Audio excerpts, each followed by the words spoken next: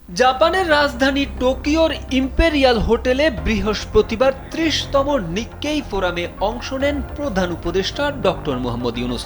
পরে সাংবাদিকদের প্রশ্নের জবাবে তিনি জানান, দেশের সব রাজনৈতিক দল নয়, শুধু একটি দল ডিসেম্বরে নির্বাচন চাইছে।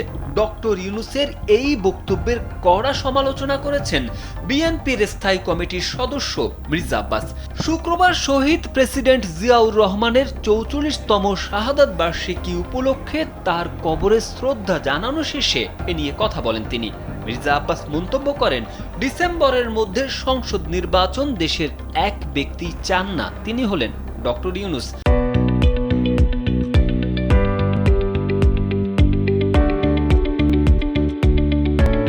মির্জা আব্বাস বিস্ময় প্রকাশ করে বলেন, জাপানে বসে বিএনপির বদনাম করছেন, একটু লজ্জাও লাগলো না?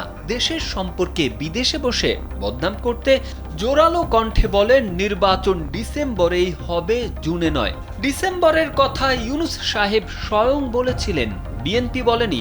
পরবর্তীতে তিনি শিফট করে চলে গেলেন জুন মাসে।